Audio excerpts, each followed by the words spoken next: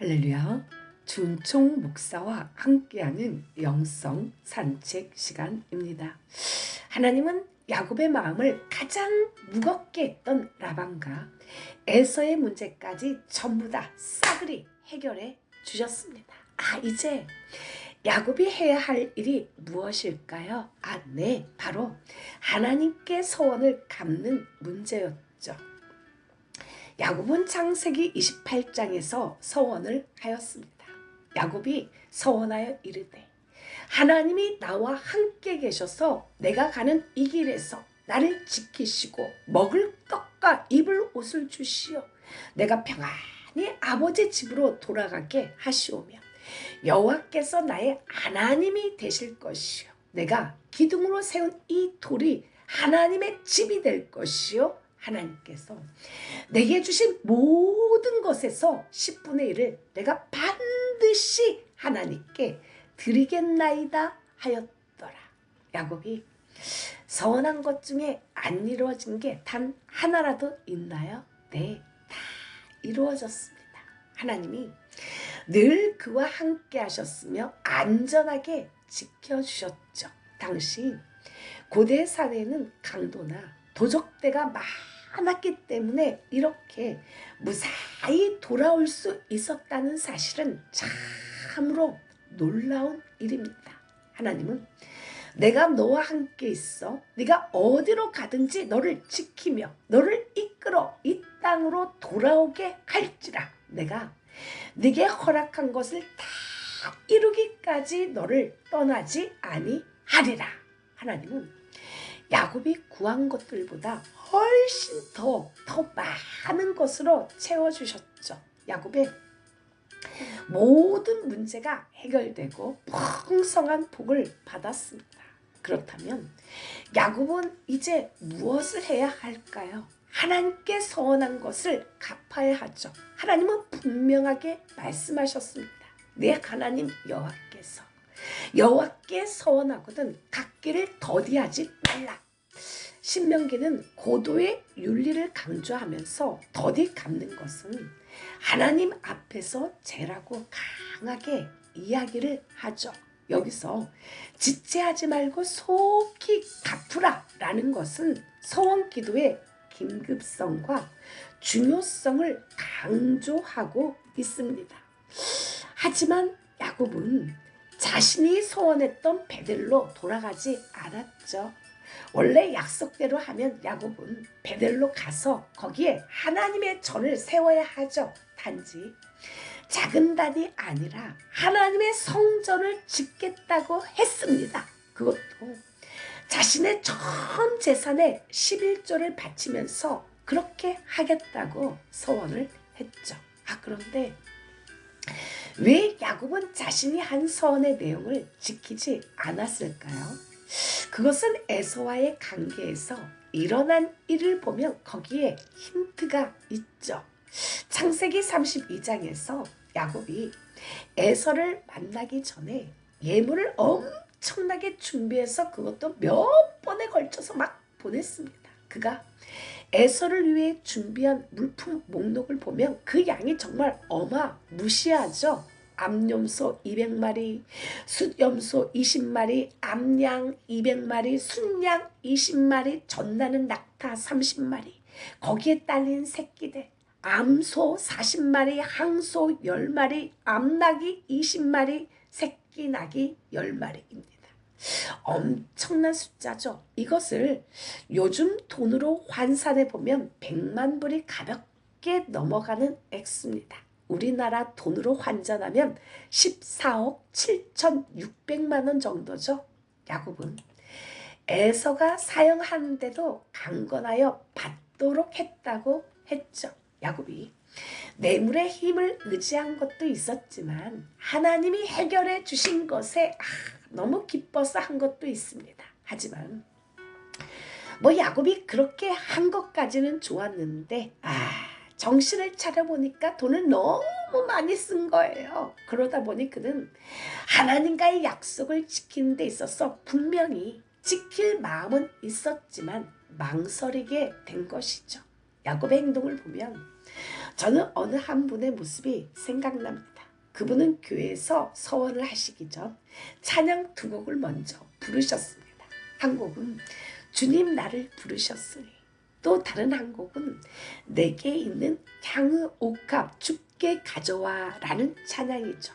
그러면서 자신이 이번에 유산을 받으면 그 전액을 하나님의 나라를 위해 선교 예물로 올려드리겠습니다 라고 서원을 하였죠. 저는 그날 그냥 빙그레 웃었습니다.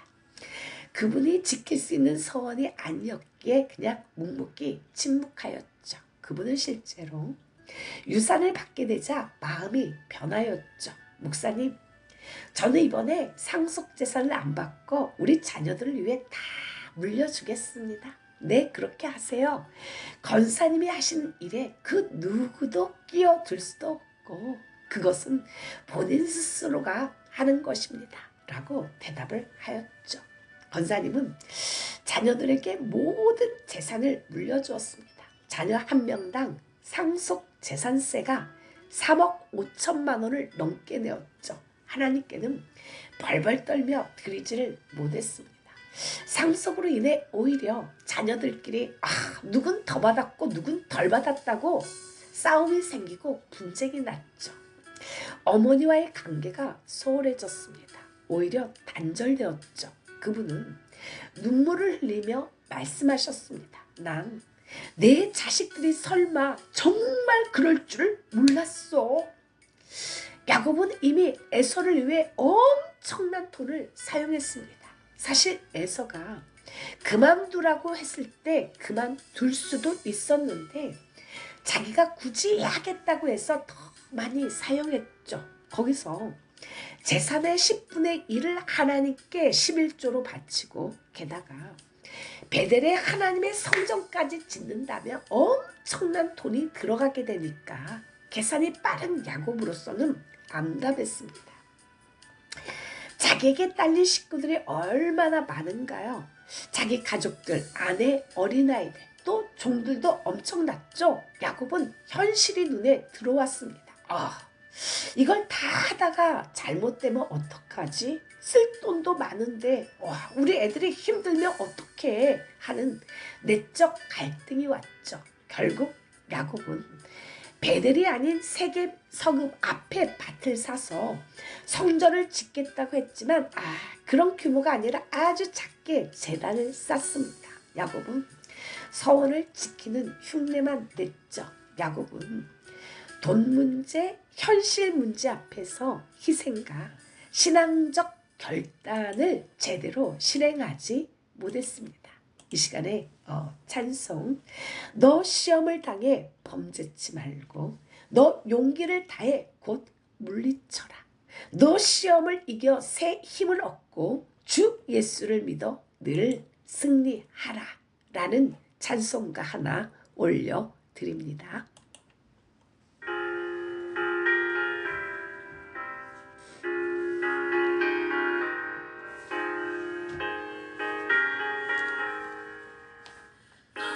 시험을 이겨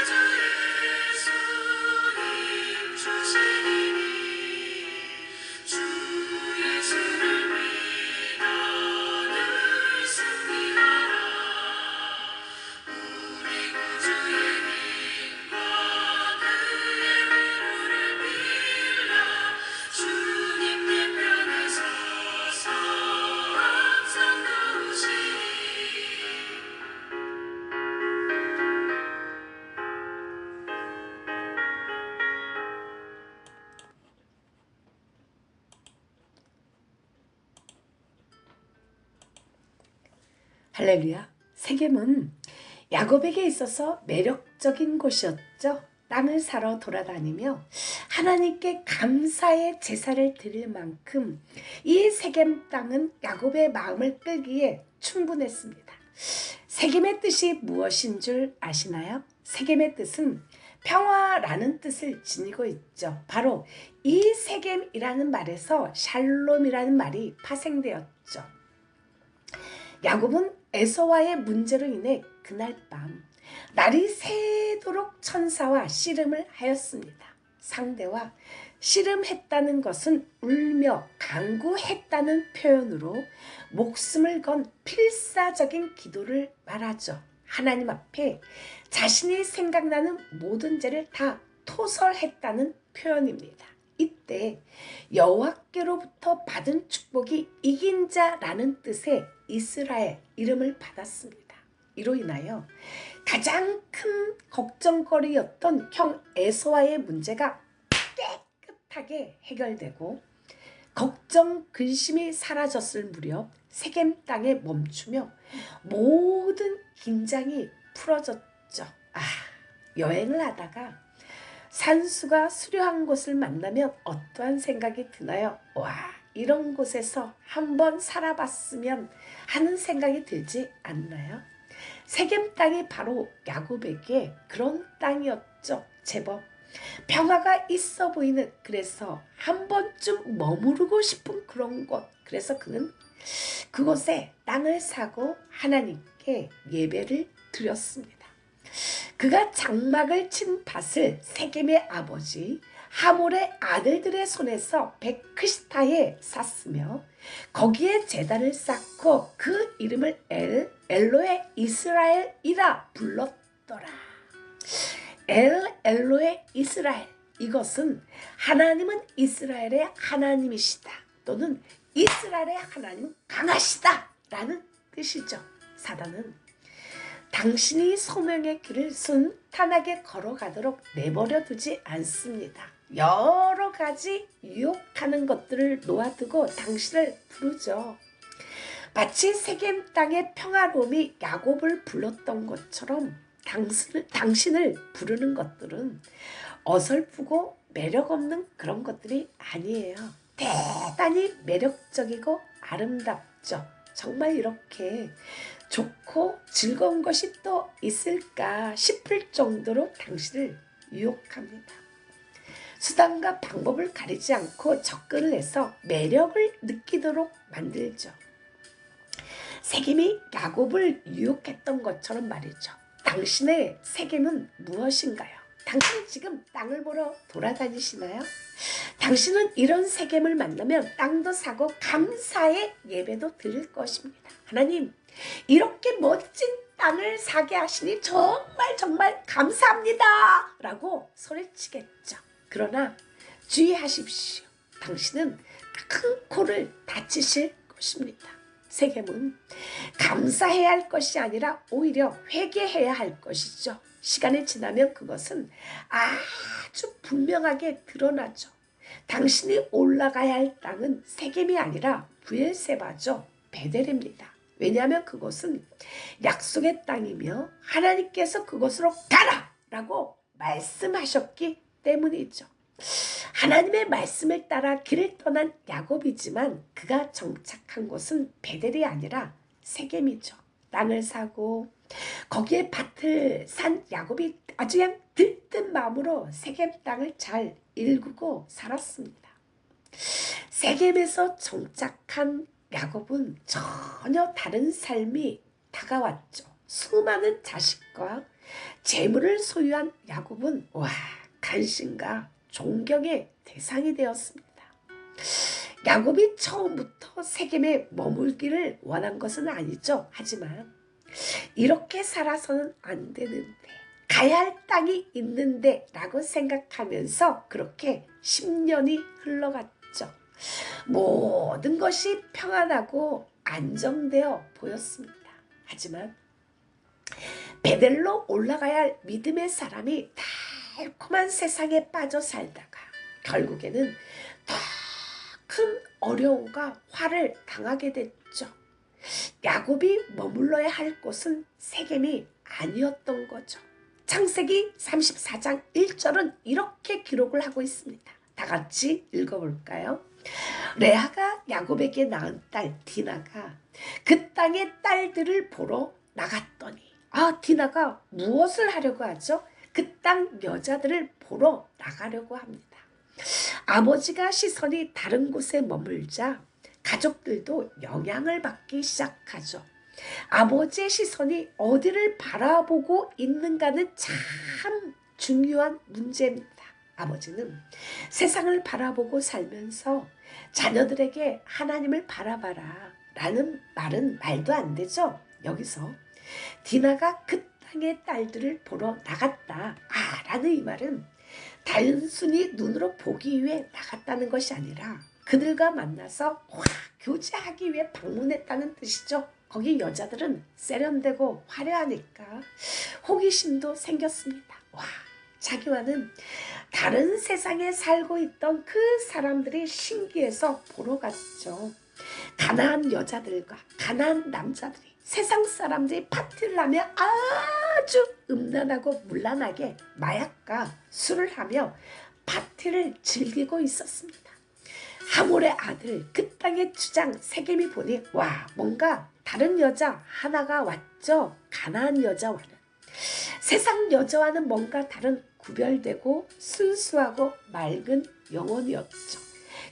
굉장히 마음이 가고 끌렸습니다. 관심이 갔죠. 내 것으로 만들고 싶었죠. 건드리고 싶었습니다. 디나의 불행은 그 호기심이 단순히 어울리는 것으로 끝나지 않고 한 남자에게 강압적으로 성폭행 당하는 비극으로 발전했다는 데 있죠.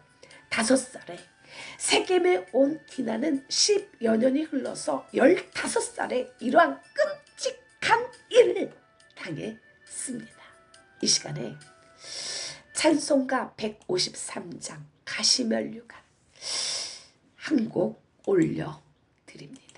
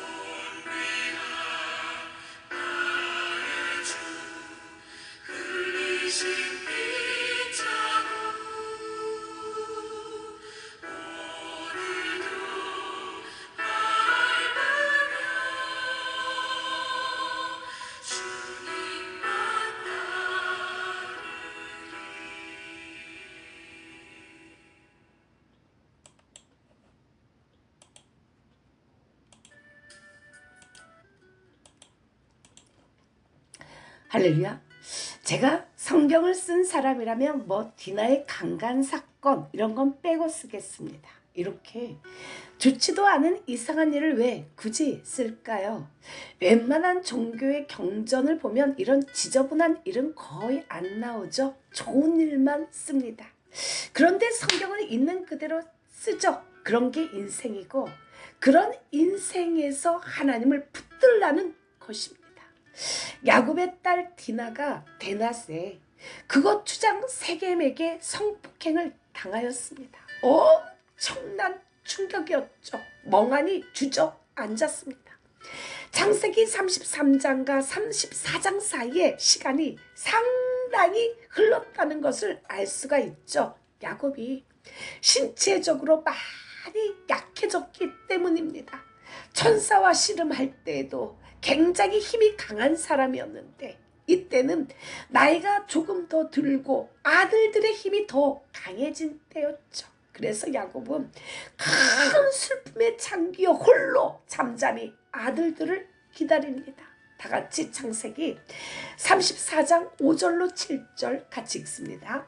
야곱이 그 딸 디나를 그가 더럽혔다 함을 들었으나 자기의 아들들이 들에서 목축함으로 그들이 돌아오기까지 잠잠하였고 세겜의 아버지 하물은 야곱에게 말하러 왔으며 야곱의 아들들은 들에서 이를 듣고 돌아와서 그들 모두가 근심하고 심히 노하였으니 이는 세겜이 야곱의 딸을 강간하여 이스라엘에게 부끄러운 일 곧 행하지 못할 일을 행하였음이더라.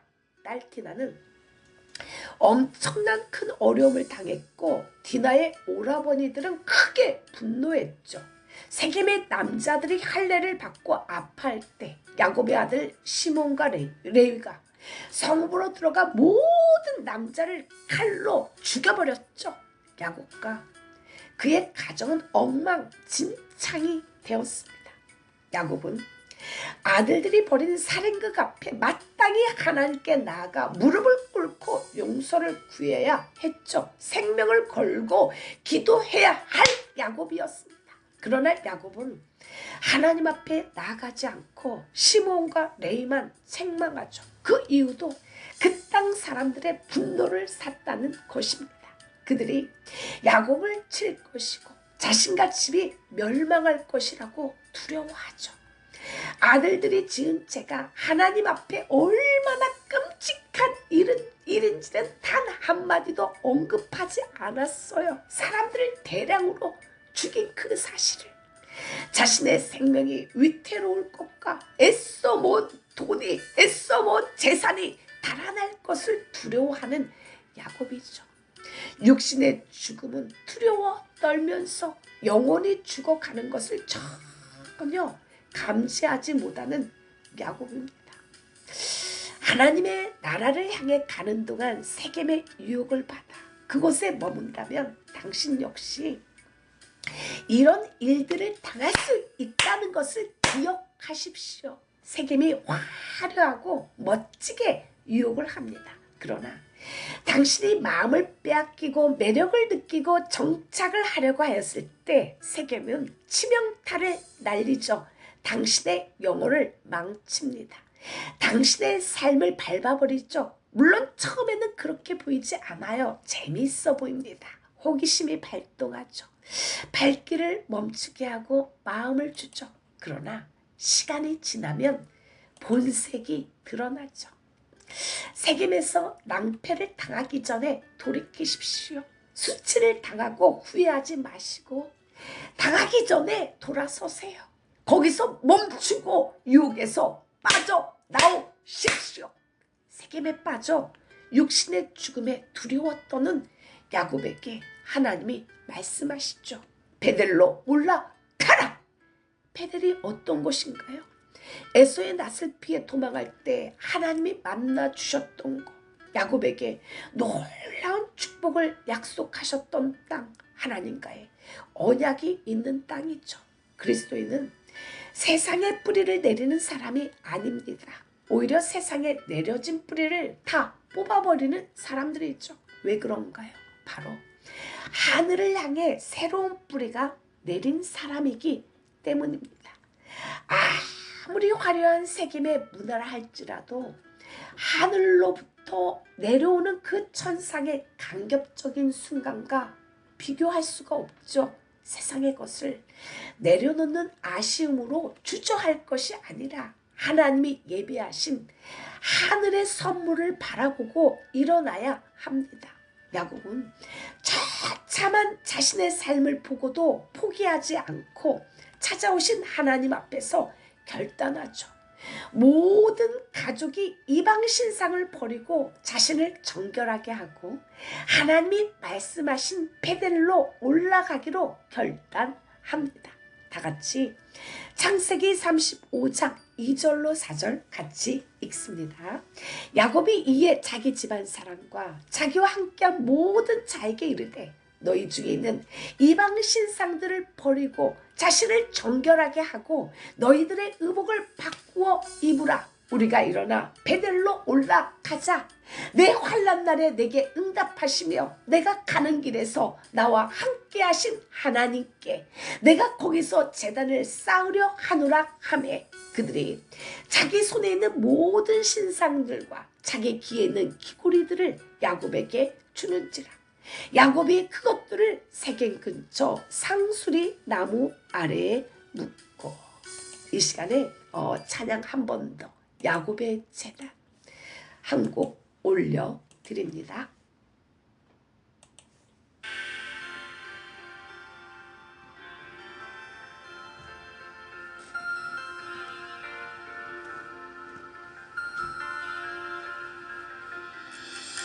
내가 가는 길 위에서 언제나 함께 하신 하나님 나는 돌베개를 메고 누군 외롭고 지친 야곱 내가 너와 함께 있어 네가 어디로 가든지 너를 항상 지키며 떠나지 아니하리라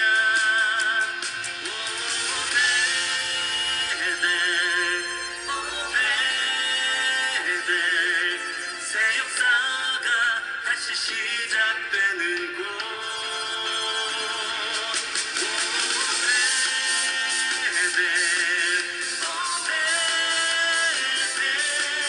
지금 서 있는 곳 바로 이곳이 베델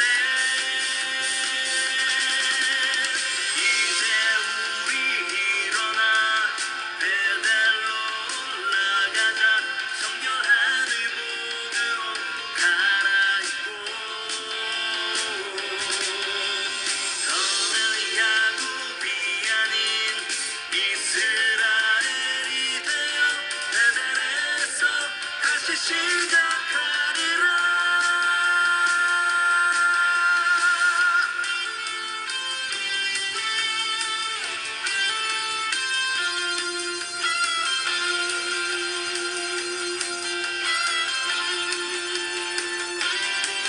인생의 환난 가운데 찾아와 날 부르신 하나님 나는 약복강에 홀로 남은 두렵고 지친 야곱 내가 너와 함께 있어 네가 어디로 가든지 너를 항상 지키며 떠나지 아니하리라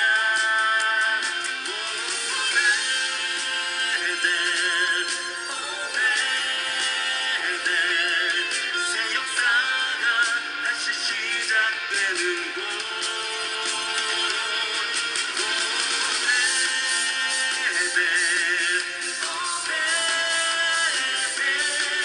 지금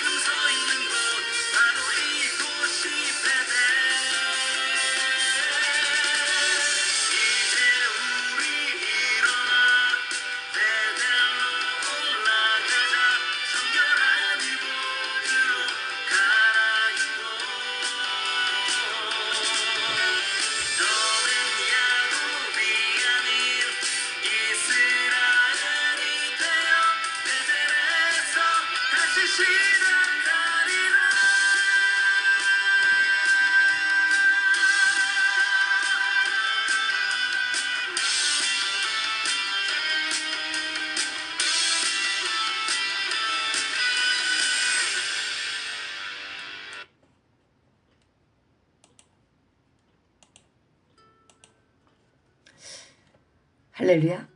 야곱은 모든 이방 신상들과 자기 귀에 있는 귀걸이들을 왜 상수리 나무 아래에 묻었을까요? 단순히 눈에 보여서요? 아니면 상수리 나무가 어떠한 영적인 의미가 있는 것일까요?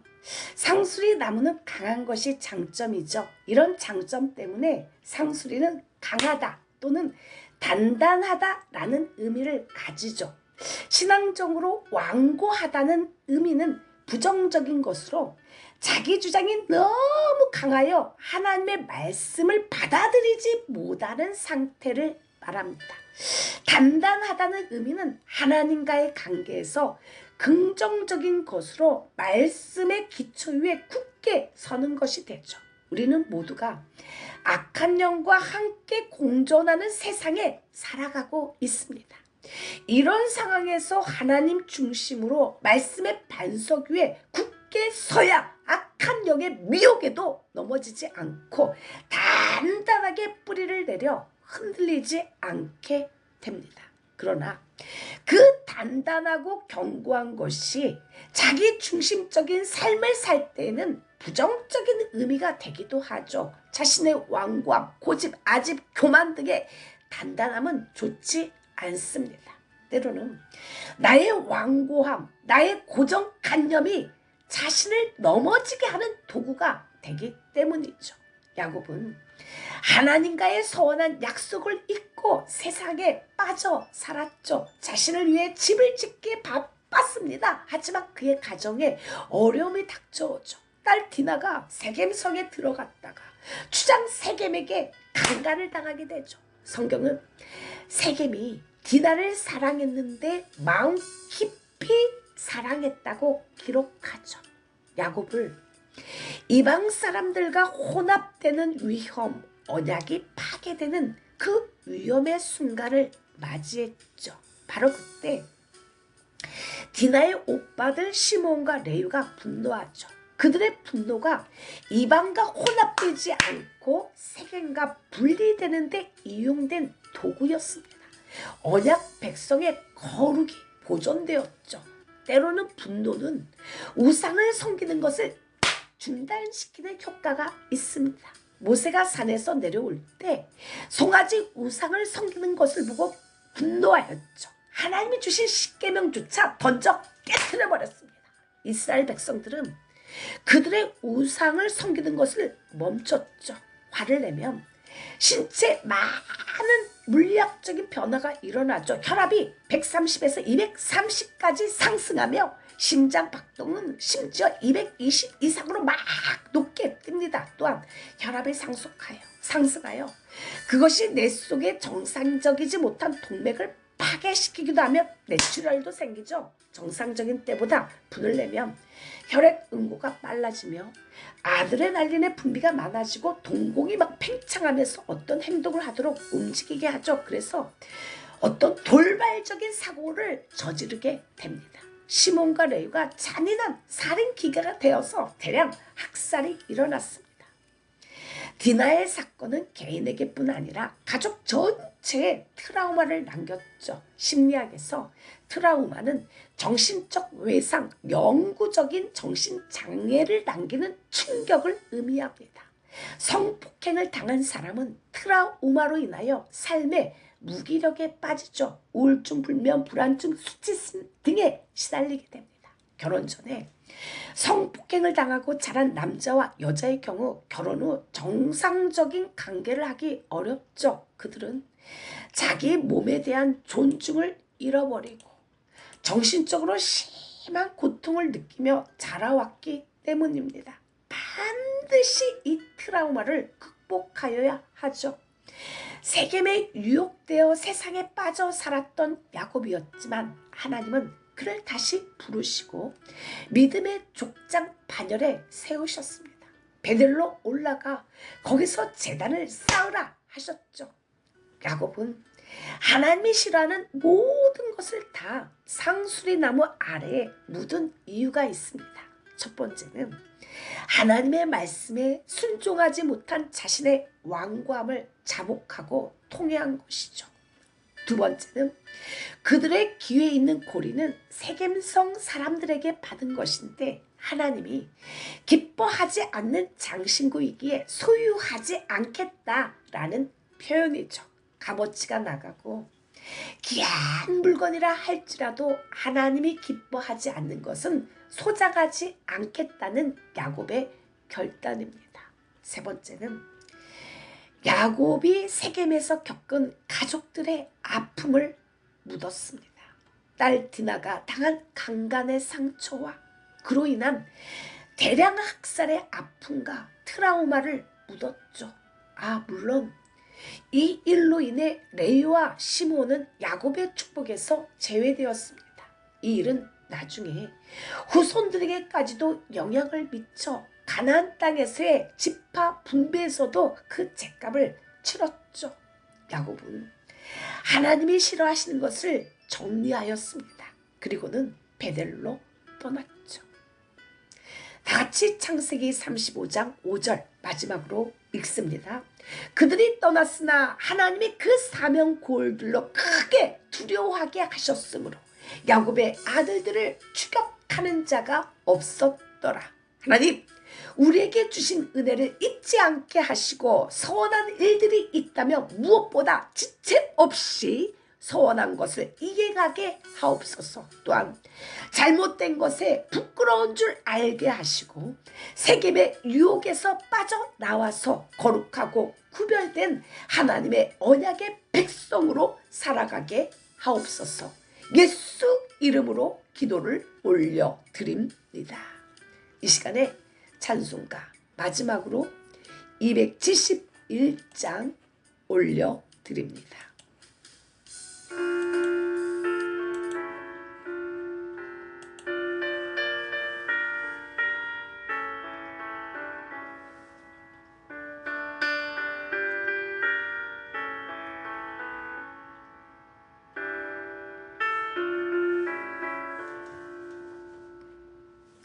나와 같은 죄인 위해 십자가를 지시고 골고다의 언덕길을 피 흘리며 가신 주 그 주님을 배반하고 그의 사랑 버리고 자비하신 주의 맘에 가시 곳을 막았네. 가슴 치며 통회하고 주님 앞에 나오니 십자가에 흘린 피로 용서하여 주소서. 땅을 치고 애통하며 밤을 새워 외치는 이 죄인의 울부짖음 물리치지 마소서.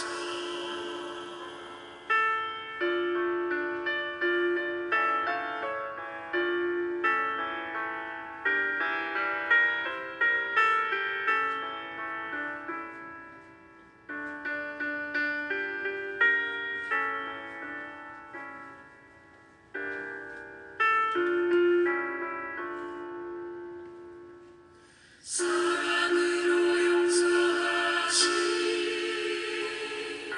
주